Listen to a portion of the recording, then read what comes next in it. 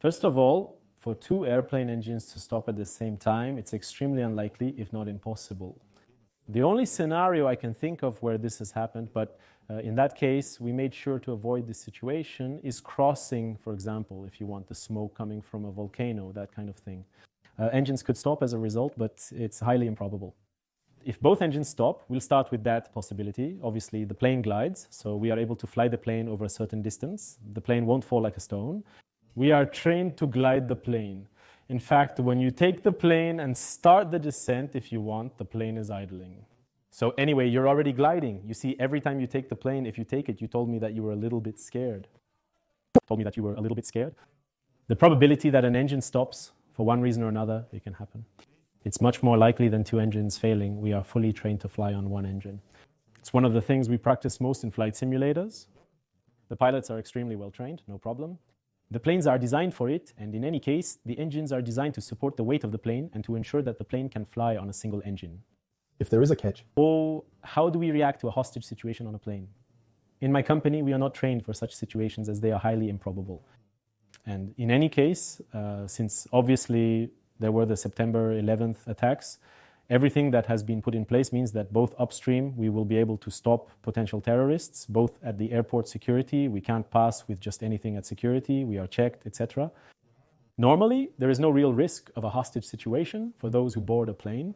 Now, if it happens, and that obviously the pilots have to react, once again, we have a transponder code that allows us to say that we have a hostage situation. They know it by a simple code that we will put in the plane, which is not secret. It is not at all info that I reveal. It is really something that is known. Now, we can very well say it by radio if ever the cockpit door is, for example, still closed. We will keep it closed. That's the thing that is indisputable. No matter what happens in the cabin, we will keep the cockpit door closed. We will not take the risk of opening the cockpit door to let potential terrorists into the pilot's cabin. Now, if that happens, once again, it's improvisation. In any case, we still have a responsibility to a large number of people. So we will do everything possible, at least to ensure that the plane is not impacted by hijackers. Have you ever thought you were going to crash during a flight? I've had a few critical situations because I fly in Scandinavia, so there are sometimes weather conditions that are quite particular. For that matter, it wasn't in Scandinavia, it was in Poland. When you make an approach or a landing in a plane, you have several options. Either we're going to make a precision landing. It doesn't mean that the other landings are not precise. But a landing of precision where you will have beacons that are directly on the ground guiding us, guiding the plane. And we follow, in fact, if you want, our descent plan until we see the runway. You have other possibilities on runways that are not equipped, where you will have a non-precision approach, which is precise anyway, but it's called that because there is a story of tolerance, if you want, in relation to the precision we will have on the runway. In these instances, envision a global positioning system providing your approach plan and spatial position, rather than the more precise ground beacons. And that day we had this type of non-precision approach, a lot of snow and a lot of crosswind. It naturally affects our path slightly. And a plane, in fact, maybe you know the principle of lift, which means that if the plane moves forward in its mass of air, it creates lift. But it could also very well be the wind, okay, which by circulating around the wings will create this lift. So that day there was a lot of crosswind, a lot of headwind as well, a lot of wind in general. And if you want, we start this approach, and in fact planes land into the wind to precisely reduce their speed relative to the ground. There was a moment when the wind briefly calmed and we were quite close to the ground. And then we actually had this moment where we lost some lift for a little while. We got quite close to the ground quickly. And it's true that I was a little impressed. I thought to myself, the second approach is the body on the edge that took over the controls because we realized it was still quite complicated to land. We landed without any problem. But in any case, it's not to scare you. The proof is that we know how to land in these kinds of conditions. But then, how do we do when we have one? Fuel failure. So fuel failure, in its entirety, it's not possible except in cases where there is a leak, okay, where there is a system that does not work, or upstream, if we did not put the right amount of fuel. But on the other hand, it's not possible for the simple and good reason that, in fact, we don't fill up a plane. A plane, it's not like a car, but we fill up to the brim, and then, voila, we will actually put several types. Fuel quantities include amounts for taxiing, flight, and precise anticipation of potential waiting before landing. A 30-minute margin is added, which varies for long and short haul flights. Extra fuel is also included, which can be adjusted by the crew and pilots depending on factors like the day's weather conditions. And so by adding up all these quantities, we will get a quantity of fuel that is really beyond, much more than what we will need on the flight. There is no problem. There will be no fuel failure in this case. What do we do when we have to make an emergency landing and we're over the ocean? Well, that's a very good question. It's something that might surprise you, but we're not necessarily trained for a water landing because it comes back to the fact that simulator hours are very expensive. There are other things that are... It's so unlikely that this situation will happen that we're not necessarily going to practice it in the simulator, except in special cases where we have some time left, and that's the whole heart of the job of a line pilot. We adapt. We can't anticipate all scenarios. So this typical scenario, it's a scenario on which we're going to improvise, quite simply, a bit like the one who landed on the Hudson. In fact, we know our plane so well that we manage to understand and know how we're going to have to operate it in this somewhat critical phase, close to the water, etc. However, there is clearly much uncertainty when we are in that situation. Do the turbulences have an impact on the plane? The simplest answer to that is no, because the plane is designed to withstand turbulences that do not exist in nature, okay? There are several types of turbulences. The biggest ones, they are going to be near storms, because you are going to have, if you will, winds that are a little bit irregular inside and which are quite strong, hail, etc. It's going to be, for example, you pass it next to a relief, the wind. You have movements of air masses that meet hot and cold. Turbulence, whirlwinds, and similar phenomena can occur there. And you have turbulence that we call clear sky turbulence that are there, in fact, if you want. Different air currents, so jet streams. I don't know if you've ever heard the term. These are fairly rapid air mass currents in the atmosphere in which planes will evolve. No, it is not dangerous to answer me. So that you compare a little bit, in fact, the air, okay? It's a fluid, just like water is a fluid. You've probably already taken the boat. You have waves. If you go very fast on a boat, it can be a bit uncomfortable. It's similar on an airplane. When going through turbulence, the speed is reduced slightly, but it remains a fast-moving vehicle. Picture a speedboat racing across waves. It's similar. You follow the movement of the waves, and so ultimately, that's how you get turbulence. Now, people think that you can fall 30 meters when you go through turbulence. Most turbulence moves the plane 1-2 meters in 99% of cases. I say fall, but that's not accurate. There is no air hole per se. It's just that we imagine, yes, it's a legend. Urban, actually. No, there is no air hole. It's like you're saying there's a water hole, actually. It doesn't remain a water hole. It's not. Possible. You always imagine the ocean as a place completely filled with water. So it's the same in the air. Well, obviously, we move a little bit in altitude, but the plane itself, either if it's manual, we will correct it to return to our altitude where we need to go, or an automatic set pilot will make sure to stay at the right altitude. So no, it will not impact the trajectory at all. What was the most stressful moment you've experienced in flight? I've already had a medical emergency on board where it's terrible to say this, but it's not necessarily super stressful for us. We strive to fly faster in emergencies. I once diverted my plane due to a passenger suffering a cardiac arrest on board. Obviously, we tell air traffic control, so naturally they try to give us priority. So we land, and it's a bit particular to manage because obviously there's potentially a person whose life is at stake. Upon landing, medical services take care of the situation at the gate during disembarkation. The person survived. It's simply a day that is a bit more hectic than a day where absolutely nothing can happen. Is it true that if a child is born on the plane, do they get free plane tickets for life? I'm not entirely certain, but I don't believe that's true for me. I don't believe that could exist. It's something that existed, it seems to me, a few years ago. Now they have stopped doing it. Now, what can be offered during the flight? I know there is a small birth kit that one can have, or maybe you will have a small glass of champagne. So there you have it. But no, overall, it's not something that will allow you to have free tickets all your life. Can you tell me what is the safest place for a passenger on an airplane? Any seat is the safest in an airplane. I can tell you if the plane happens to crash in such a position that is not right, not flat, that kind of thing, no matter where you are sitting, unfortunately, you will no longer be there. Now, there have been tests done with planes where they are made to crash. The strongest places on a plane are at the wings and the tail, as they are furthest from any potential impact. Now I can say that in any case, the least safe place is the cockpit.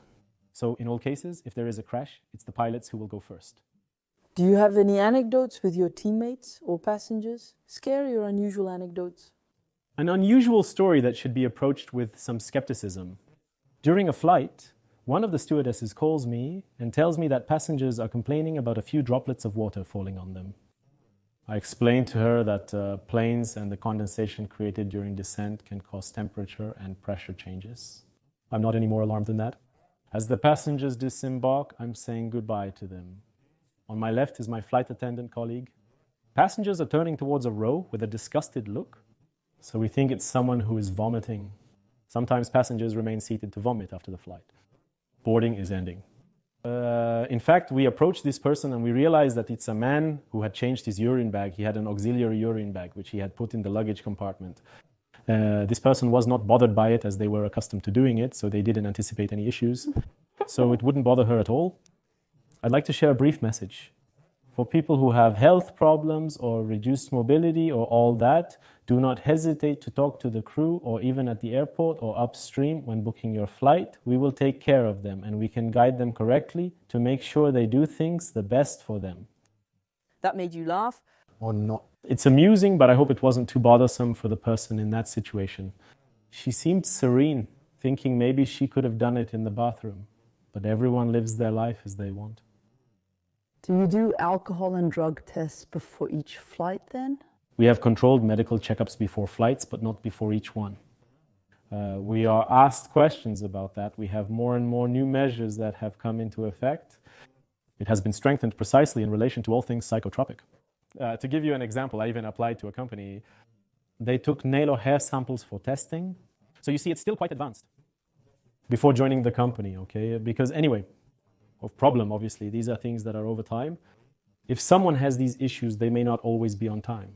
But there may very well be tests, if there are suspicions, tests that are a bit random and will be done on the person regarding psychotropics. Alcohol use is slightly more frequent. I often have breathalyzer tests, and it happens like a control test on the highway or on the road. If our alcohol level is above 0, we lose our license and can no longer fly. So it's a risk that pilots do not take. You have the possibility to drink during the flight, in fact. Yes, obviously there is a minibar, etc. But we must not forget that we are all together on the plane. We are all professionals, okay? So if the crew sees one of the members drinking alcohol, obviously we will not Let him do it. That's the first thing, if it happens in flight. Okay, very good. Generally, it doesn't happen. If it happens, it happens. We do pre-flight briefings. We talk about the specifics of the flight, the weather, that kind of thing. And we're all talking together. A person who is intoxicated, it shows, it can be felt. Do we need to have a locker? A clean criminal record to be a pilot. Yes, absolutely. When you become a pilot, you will have to deliver you, in French, it's called the CMC, or the airport card. Obviously, we're going to take a look at your criminal record. Sometimes we even ask you to have the criminal record of the countries where you have lived in the last 5 years to make sure that the person who is going to get the badge and who has access to sensitive areas of the airport or in the plane is not a suspect. And the badges that are issued have different access zones. A pilot typically doesn't belong in the luggage area, unlike a baggage handler, but in this case, that's not entirely accurate. But some people at the airport can't access areas near the plane. So everything is done to ensure that the people who receive the accreditation to work either in the plane or in the airport are people who are not sensitive or who can pose a problem. What is the salary of a plane pilot? I am based in Copenhagen, so the salaries are quite close to French salaries. So you have to count roughly between 4,500 euros and 5,500 net, roughly, and the companies that pay a little less necessarily, since it also depends on the lines we are going to do and the type of plane we are going to have. It's often indexed by the plane's mass. So a pilot who is on long hauls and on a larger plane will earn a little more. As a flight commander, salaries increase to around 10,000 euros. By the end of their career, a flight commander can take on multiple roles, such as an instructor, and in some companies, a few pilots can earn up to 20,000 euros. As mentioned earlier, if you are based in Poland or countries with a lower cost of living, salaries can be quite good, even at 2,000 euros for some budget airline pilots. However, the term low cost doesn't necessarily determine the salary. Are there any deal breakers that mean you can't be an airline pilot? That's going to be the medical aspect. You can be a pilot and wear glasses, but there are tolerances and limits that must not be exceeded. You can also be limited, for example, if you are colorblind. There, obviously, in a cockpit, you have different colors that are associated with different things. So, if you're not able to differentiate them, it's something that is obviously prohibitive.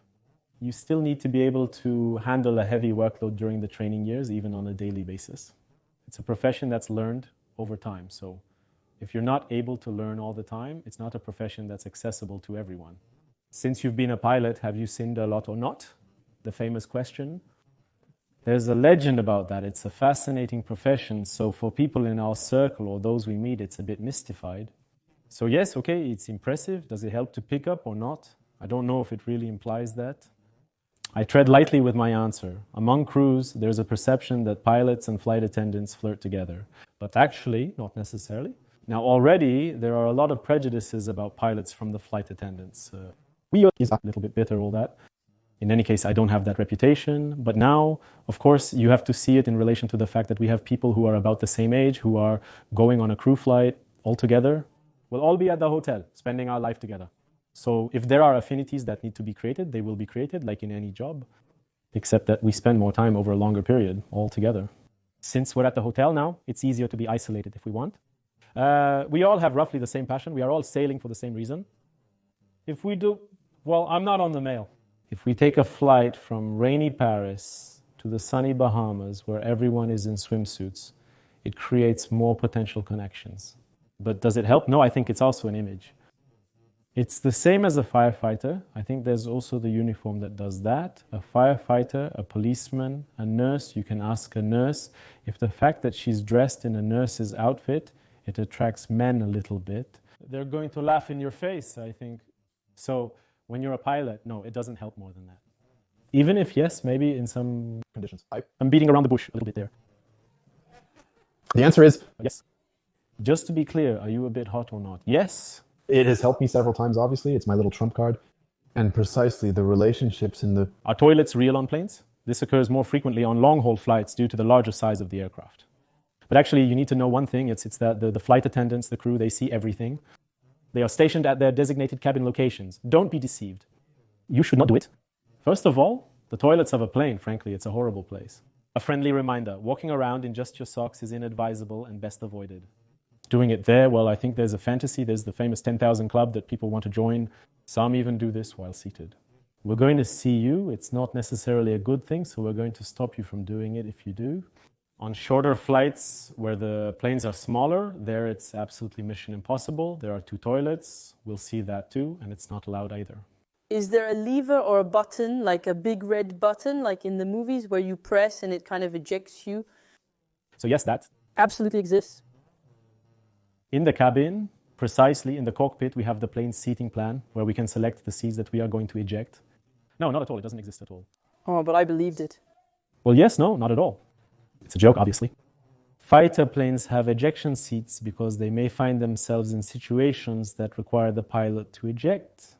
Now, it's not a decision that is trivial either.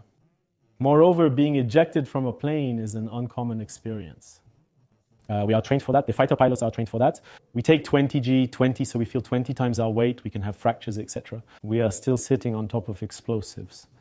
So a commercial plane with explosives at every seat might not be the best idea.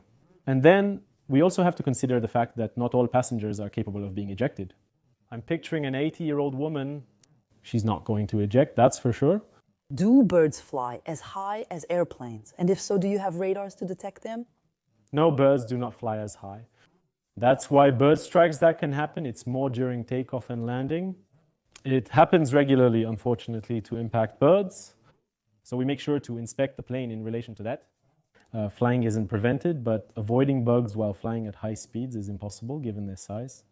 What is for you the winter event in the history of aviation that marked you? We can talk about Sully. It's true that Sully, it marked me because the fact that there was this incident and the decision not to return to the departure airport due to the double engine failure and to come and land rather in a river, which is not the first thing we think about. It's really due to the experience of the captain. It sets up an aspect that is often criticized, which is the decision-making of the pilots. In air accidents, pilots are frequently blamed. But in truth, on a flight, we don't talk about all the good decisions that were made and that no one sees. There are other flights that have impacted me significantly. The Concorde crash, it was a mythical plane after all. It's terrible for the professional and enthusiastic crew who were on board. It's quite sad to see such a beautiful plane crash, only to find out that the plane's operation has been stopped and it will no longer fly. There are also other crashes, such as Malaysian Airlines MH370, where the plane's final location remains unknown. That's part of the mysteries that we can discuss among pilots, where we make assumptions. I'm not asked what could have happened. I have no idea. There are several theories, and I am closely following precisely that crash and the investigations because we are potentially resuming the searches. I hope that one day we will know the truth. How many flights do you take on average per month? Well, it depends. You can do anywhere from 2 to 5 per day, depending on how long the flights are. Now, per month, you have to count about 30 flights. Roughly speaking, sometimes it's even more. It works by seasonality. Obviously, in winter, there are a little fewer flights. For example, if a pilot faints, we are trained for that, obviously. There are multiple pilots in a plane. A plane can have up to 4 pilots on board to accommodate rest times, service times, and other requirements. Picture a flight from Charles de Gaulle to Santiago, Chile, which lasts over 13.5 hours. There are 4 pilots. So already, in this case, you know that we can replace him without any problem. Now, if ever on a flight where there are only 2 pilots, one of the pilots becomes unwell, no problem. We know how to fly the plane alone. It's not a problem at all. We're going to be in a situation where indeed the workload is greater. There's the pressure of being somewhat alone, but we're trained for it and know how to handle it. But the case where it's a little more complicated is precisely, for example, imagine the situation where we're going to see a person who's having a stroke. In that case, ultimately, she starts to say a few things that are not coherent. It's indeed more challenging to recognize that the individual lacks the ability to fly the aircraft. So we have tools for that, questions that we're going to ask to see how the person is reacting. We are trained for this eventuality. Some people think that this can happen if one of the pilots precisely is no longer able to fly. Can we announce if there's a pilot on board? This isn't something that necessarily happens. It can happen if, for example, there is the same person who is a pilot of the company who is being put in place, so as a passenger on the flight. She can very well. If ever we are obviously able to move the person who is feeling unwell from the pilot's seat, we can very well replace her and then have 2 people to limit the workload. We won't be bringing passengers who only have flight simulator experience from home, as that isn't realistic. And are you really serene on each flight? Yes, fortunately, if I wasn't serene, I wouldn't get on my plane. I can guarantee you that. I trust both the crew who is with me and the mechanics and engineers who will ensure that the plane can be operated under the right conditions. I trust my company and air traffic control. It's full of links in a chain that makes everyone trust everyone so that everything happens under the best possible conditions. So indeed, it has to work well and there should be no little grains of sand in the machine for a flight to go smoothly. Can we be a pilot and eco-friendly? Absolutely. A bit of a touchy question. I know it tends to create a lot of debates. Aviation, it's not very old. 100 years ago, the first flights were just small planes, almost made of wood with fabric wings. The Wright brothers made the first flights flying about 10 meters. And now, almost 100 years later, we are capable of having, there was the Concorde that came along. But when we talk about airliners, we have planes that are almost autonomous now with highly advanced systems. There has already been significant technological advancement from that perspective. And now we are increasingly interested because let's not kid ourselves, aviation does pollute, but it's not what pollutes the most. We practice eco-piloting by calculating flight levels and trying to taxi with only one engine to reduce fuel consumption and environmental impact. Manufacturers and airlines are working hard to have fuels that are a little less polluting. We also have planes that are becoming much more economical, much less fuel hungry. We are developing systems such as electric planes. For now, it exists more in tourist planes, but in planes with passengers, it's something that will eventually exist maybe on shorter planes because we're not able to store electricity in large quantities for long-haul flights. But there are also hydrogen planes. And the goal, the purpose, what is it? It's by 2040, 2050, to have 0 emissions on planes. Jugurtha, we've been chatting for around an hour. What do you think of me as a pilot? And also, did I answer your questions in it? yes, it reassures me in the sense that you have quite a lot of training. You are supervised. So the fateful question, what do you think I look like? What is the idea you have of me? First of all, you don't have glasses. I don't know why, but I picture you as a blonde. Based on your voice, I'd say you're probably in your 30s. You have short hair. You're brunette, average height, quite athletic. I've met so many slightly hefty pilots with some flab, so I've kind of stuck with that idea. But I'm not sure about that. I think you're moderately tall, rather. Handsome guy, I think. Go ahead. Isn't it? A bit like that. I was right. I'm... Don't remember at all? Hello? He has a pilot's head. No surprise then. Oh, the and, of course, a small connection. Well, that's cool. it was really Cool, really cool. You're not too afraid of planes, but you enjoy watching crash documentaries. It's often something that people watch. Well,